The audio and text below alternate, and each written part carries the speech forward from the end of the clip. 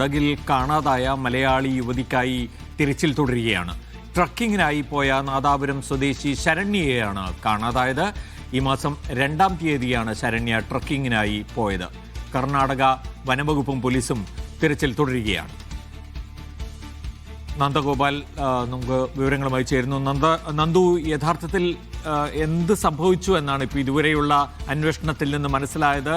ഈ കുട്ടി ഓഫീസിൽ നിന്ന് മറ്റുള്ളവരുടെ കൂടെ പോയതാണ് എന്ന് പിതാവ് പറഞ്ഞതായി ഇപ്പോൾ മറ്റൊരു വാർത്ത കാണുന്നുണ്ട്, നമ്മളോട് സംസാരിച്ചതായി. നമുക്കതിലേക്കും കൂടി വരാം. പക്ഷേ ഇപ്പോഴത്തെ ഇതുവരെയുള്ള അന്വേഷണത്തിൽ നിന്ന് എന്താണ് മനസ്സിലാക്കുന്നത്? എന്തെങ്കിലും പോസിറ്റീവായിട്ടുള്ള വിവരമുണ്ടോ?